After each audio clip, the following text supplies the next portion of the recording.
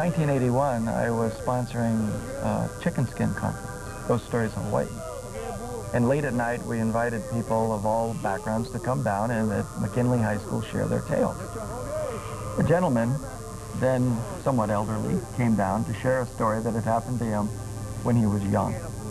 And this story, which he shared with us, was unforgettable. He and his buddy were at Waimanalo at a luau getting drunk, and it was a great party. It got very late, about 1:30 in the morning, and they decided to drive home to their houses in Kaimuki.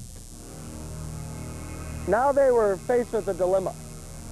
Which way did they get back to Kaimuki? Did they drive up over the Ko'olau mountain, through the Pali Pass, taking that windy old Pali road, which they'd heard all kinds of spooky stories? Or did they come around this side of the island, around the south side, by Makapu'u, Sandy Beach, the blowhole?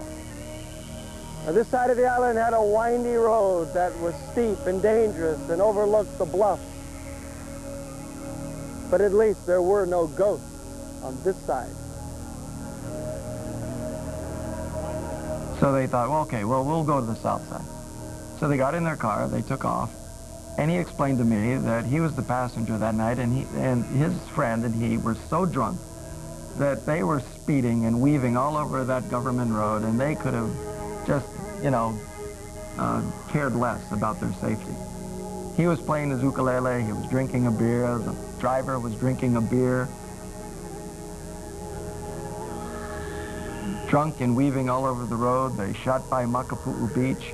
They came up over the rise by where the lighthouse is, and as they came down toward Sandy Beach, someone suddenly stepped out right in the middle of the road and flung her hands up and flagged their car down. And they came to a stop about 100 feet away from this elderly Hawaiian woman with long white hair, a dead Maile flay around her neck, an old mu'u barefoot. What's that? Huh? Right there in front of the car. Yeah. It's an old lady. Huh? Yeah. Hey, where you boys going? Auntie, where you going? Where do I? No, sorry, Auntie, we're going to Kaimuki. Oh, no, Kaimuki is okay. Kaimuki is okay. Dad. Come. We gotta go.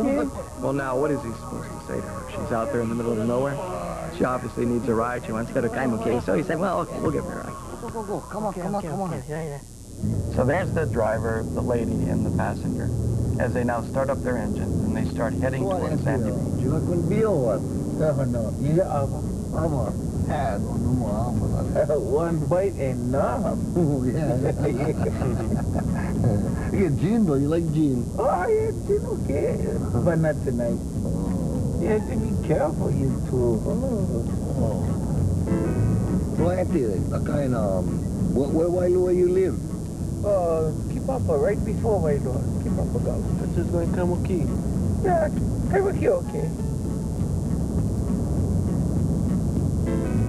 Oh, it's really You have to be careful, you guys. Yeah, but no worry, we get him. We got him. And the boy, he know that road. He know that road like that. You be careful. Oh, I can have one. Huh? Can I have one too? Can I have one paka? Oh, yeah. Oh, sure, Auntie. Taking a cigarette out of his pocket, he hands it over to her. She puts it in her mouth. He digs into his pocket to get her a match. That was my last match. Oh, no need worry. No need worry. I got him. The elderly woman cupped her hand. A red glow appeared in the flesh. As she reached out, touched the tip of the cigarette against the flesh of her hand, lit the cigarette with her hand. The glow of the fire vanished, and with a kolohe smile, smoked her cigarette and never said another word for the rest of the ride to Kaimuki. And at that moment, the passenger dropped his ukulele and his beer. He slid his body as far away from hers as he could put it, looked at his feet, never said another word. And the driver, he was cold stone sober. And all he could think of is, get to Kaimuki, get to Kaimuki, get to Kaimuki.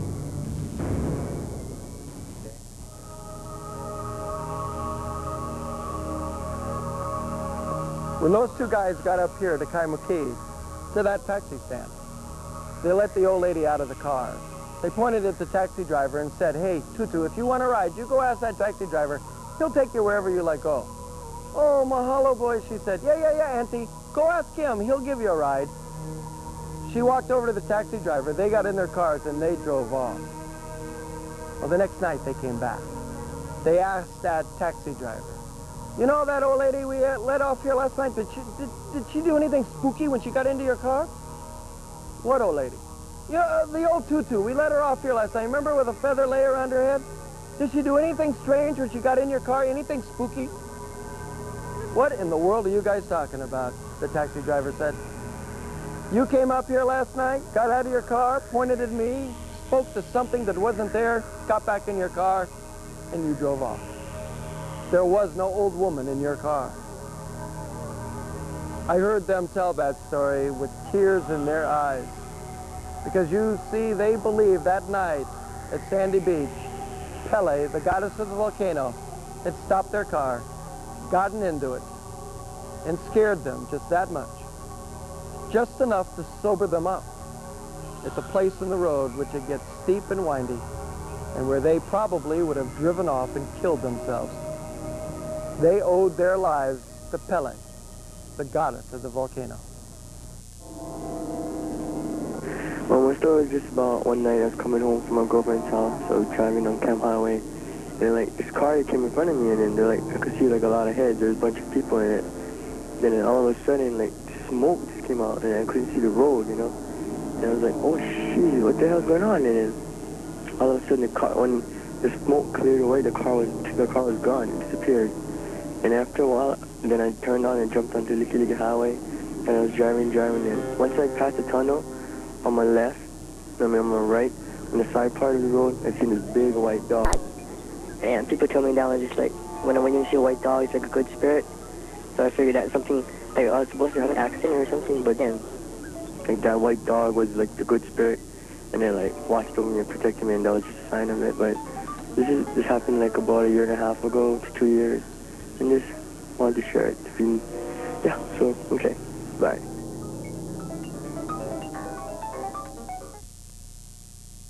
Chicken Skin is sponsored by Blockbuster Video. Make it a Blockbuster night.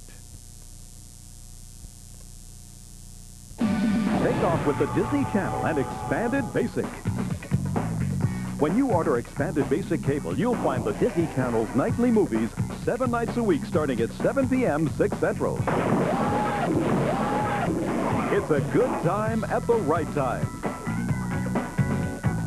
So subscribe today for great movies 7 nights a week, starting at 7 p.m. 6 Central. And get even more movies with HBO. For free installation at a special offer, call Oceanic Cable. There's nothing in the world more promising than the look in the eyes of a happy child. But to ensure her tomorrows, it's a good idea to teach her to save early. At Finance Factors, we've offered security to Hawaii's families for 40 years. We're locally owned and managed and a member of FDIC. Finance Factors has a variety of savings plans to meet your needs with rates that are very competitive. Invest in your family's future at your neighborhood Finance Factors and make your family's tomorrows as bright as the eyes of a child.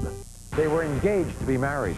She thought he was the perfect guy, but she never suspected her fiancé might be out to kill her. Could you imagine that he could possibly order up your daughter to be killed? No, that would have been the last thing I would have thought. This woman wanted her husband dead, so she hired a hitman. I've never had any idea she had the capacity to do such evil. Gripping stories of love, betrayal, and murder on the next Maury. Friday morning at 10. Charges of animal abuse are let loose in court. These animals are punched, they're dragged. These animals have no harm done to them. After seeing shocking video. They seem to be dragging this animal. And an appeal from special guest B. Arthur. I'm offended as a human being. Judge Judy tames an incredible debate. And I'm not Dr. Doolittle, okay? But if you were to ask an animal whether they like being hit in the face, they wouldn't say yes. Judge Judy, she's ready to rule. Friday at 3:30.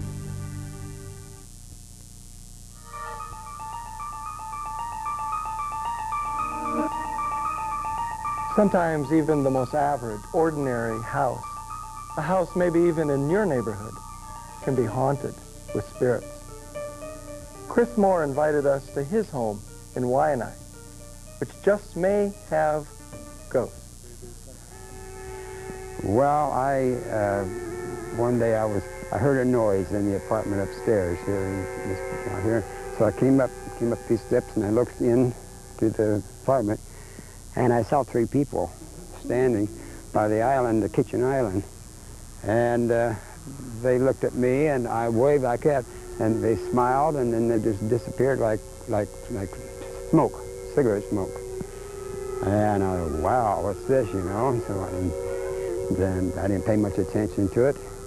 And a few days later, I was painting the railing that goes in front of the lanai up here, and with a roller, and my dog was in the front yard, and she started barking ferociously like somebody was there, just hard. And I said, Crystal, I'll be down in a few minutes. It's all right. She just kept it up. So I had to get the roller, more paint in the roller, and turned around, and there was the same 3 people standing right behind me. Now, these 3 people are 2 men and a woman, and they appear to be Polynesian in culture. And the woman is dressed in a long muumuu, and the men are kind of like in jeans with little T-shirts and like that on. And every time I see them, they're dressed identically. Now, I have seen them, I would say, about 5 times. And the last time was just within 3 or 4 weeks ago. I was painting my lanai wall on the other side of the house here. Where I've seen them before, I've seen them coming down those steps.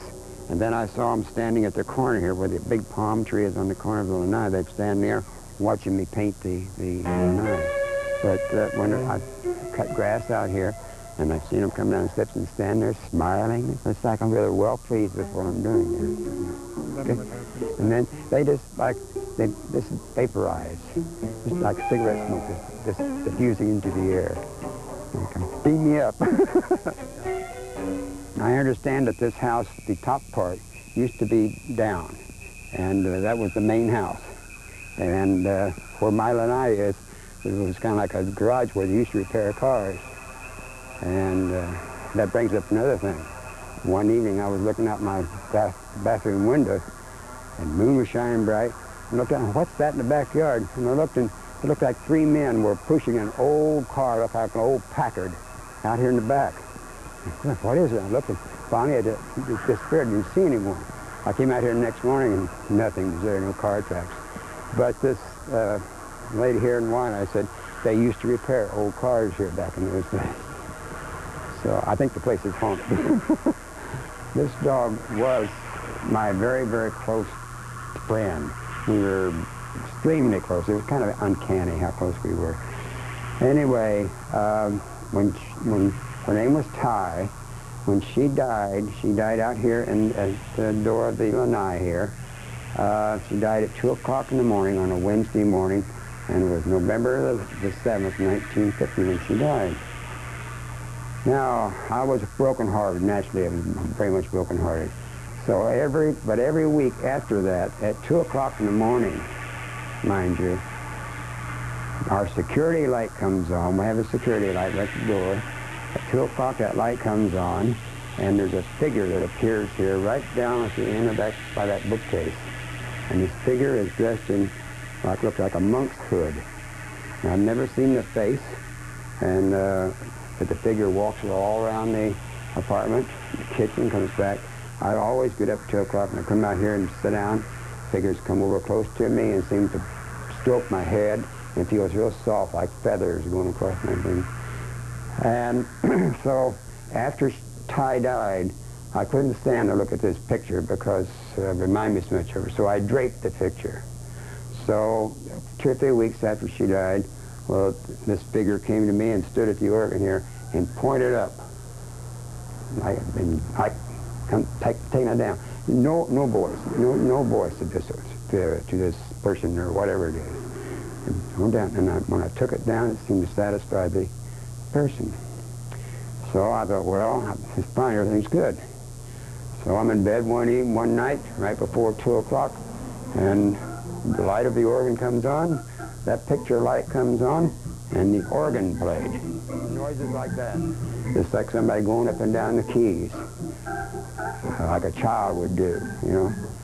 So you come out here, and naturally I thought, well, it must be the spirit or whatever it is that's here. So I thought, well, a dog couldn't do that. So I was talking to some friends, and they said that there's an old Oriental philosophy that's saying that some animals, when they die, can come back in the form of a human. And so I thought, well, maybe this is Ty. This has got to be Ty. So ever since then, for 6 years, at 2 o'clock on Wednesday morning, that light goes on and that figure appears. It appeared this week as well. And I just don't know what to think about it, except that dog went out. We're so close. And it has to be my dog, the spirit of my dog. So between this story and the ones upstairs, the 3 visitors, I believe I'm living in the haunted house.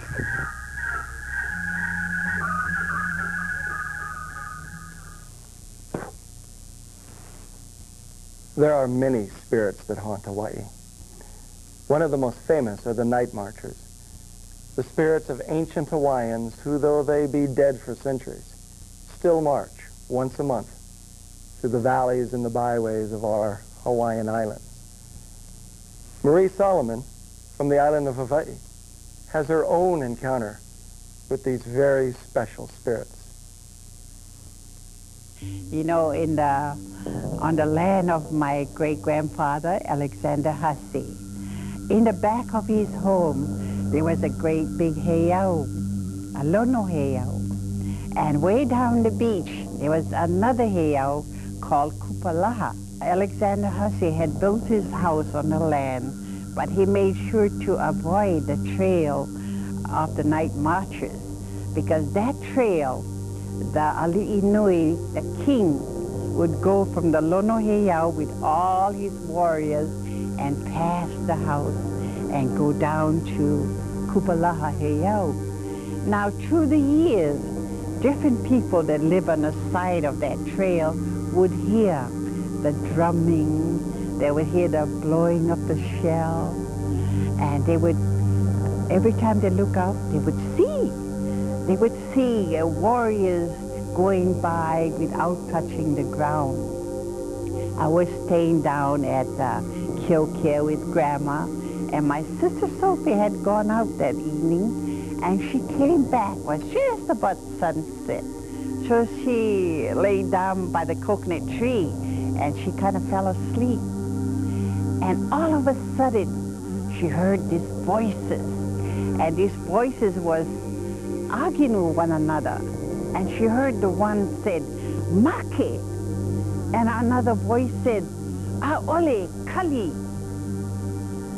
And she said when she opened her eyes, she saw all these warriors passing around her, and they were dressed in feather capes, and they all had spears. And she said she was so scared that she was in shock.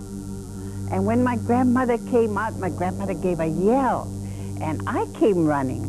And my grandmother said, go get the shoot of the tea leaf, the round top, you know, that young leaf. And I went and got it, and I remember seeing my sister.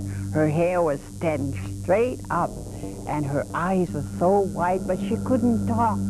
So Grandma chewed on that tea leaf and stuck it in my sister's mouth, and I had really seen it. And then after my sister came to, she said that there were so many people, about 5 abreast, coming towards her, and they were walking on air. They had no legs. And she heard this voice said, Make, and she heard another voice said, Kali. Kali means wait. And Grandma said, you know, there was a family in that line of marches, and that's why you were saved. Because Maki is you die, kill, and Kali is to wait. And she said, told my sister, that will save your life. And these are true stories that happened in Kohala.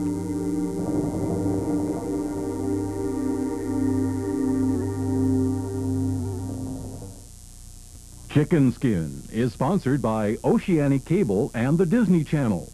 Look at all the things we are. The obsessive desire to rent or buy a movie is known as Gots to Habits. When you get it, go to Blockbuster Video. All the great new releases will displace Gots to Habits with the profound feelings of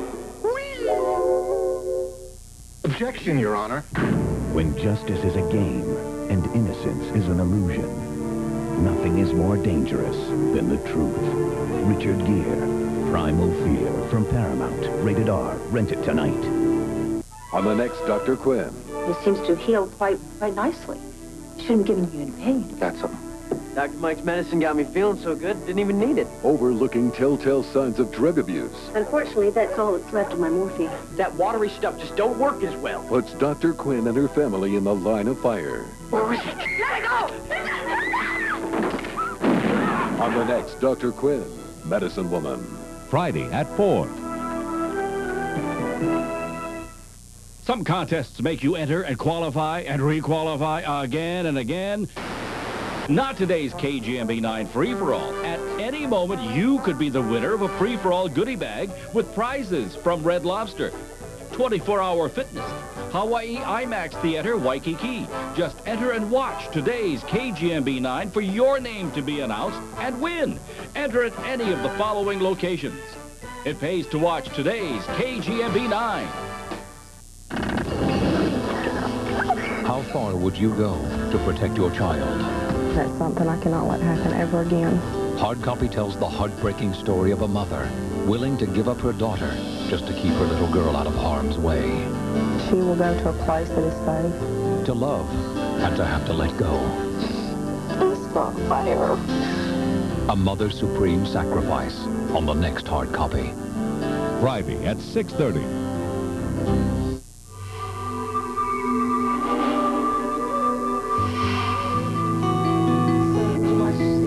Many years ago, I met a young couple living on the island of Molokai.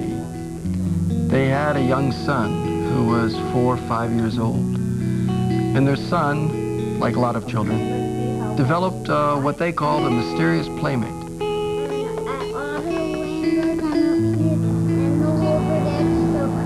Many times they would find him playing in the corner of his bedroom, talking away in his gibberish with what he called the man.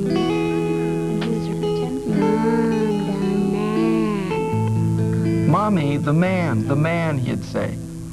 And he'd sit and play with the man hour after hour, talking away with him. Well, the family thought at first this was kind of cute. This was something, you know, maybe his imagination. Maybe he'll grow up to be a writer. Well, this went on so frequently that they got a little concerned that maybe he wasn't playing with any of his cousins or his neighbor children. Don't worry about it. Good night, Cora. Good night, son. Sleep tight. And then at night, they would find him out of his bed, sleeping in that corner where his friend the man lived. Hey, Carl, what are you doing on the floor? Well, they couldn't have this, the little boy sleeping on the floor. So they'd tell him, you know, you have to stay in your bed. Come on, let's get you back to bed. You need to get your sleep so you can go to school tomorrow, son. Invariably, they'd find him, though, 2, 3 in the morning when they'd check in, sleeping on the floor where his friend the man stayed.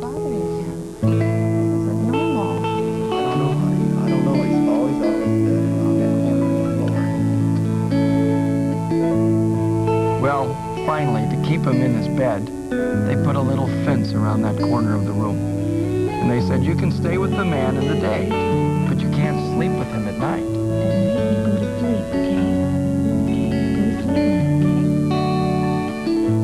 Well, the boy was kept out of the corner. And at night as he slept, he began to become feverish. And in fact, this fever became very serious. And the mother and father took him to the family physician, who began to give him antibiotics for the fever. But the fever didn't break. It stayed high. They noticed one night that he began sleepwalking. And he walked out of his bed, walked into their living room, and his hand was raised above his head, raised up high, one single hand, as if somebody was holding that hand and was guiding him through the room. And he walks through the living room and stops at the closed front door. Well, when they came over and woke him up, he collapsed and started screaming. His head was feverish. They brought him back to bed.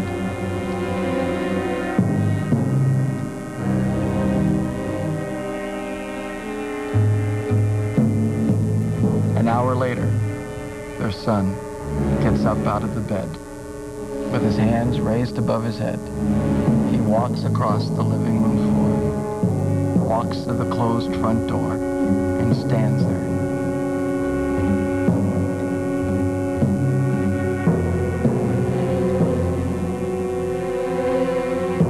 His forehead's burning. They wake him up, he's screaming. They put him back in the bed.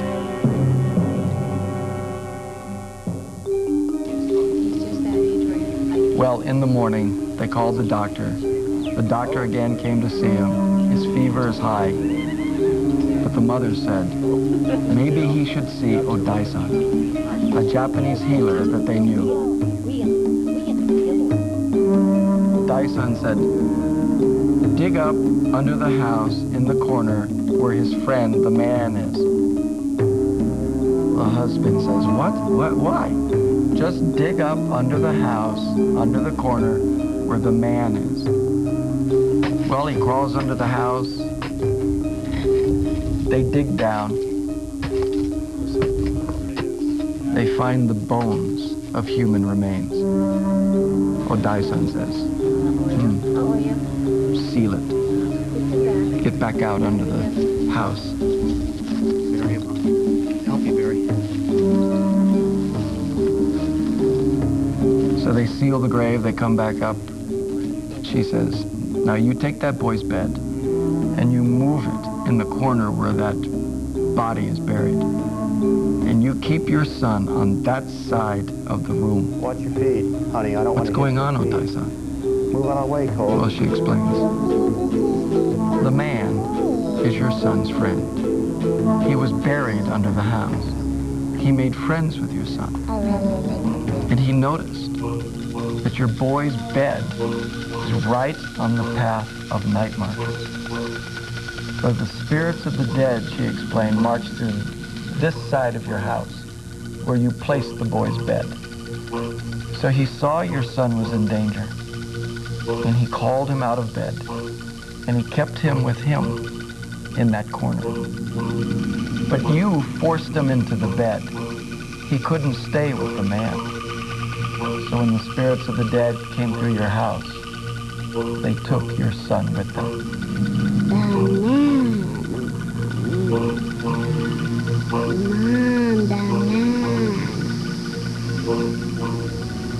Well, they moved the bed, they did as instructed, and not once has that boy walked about the house with his hands raised above his head. Show us a trick, hon. Now, many years later, he doesn't remember his friend the man. But the family's made sure his bed always is above the place where that friendly spirit is buried.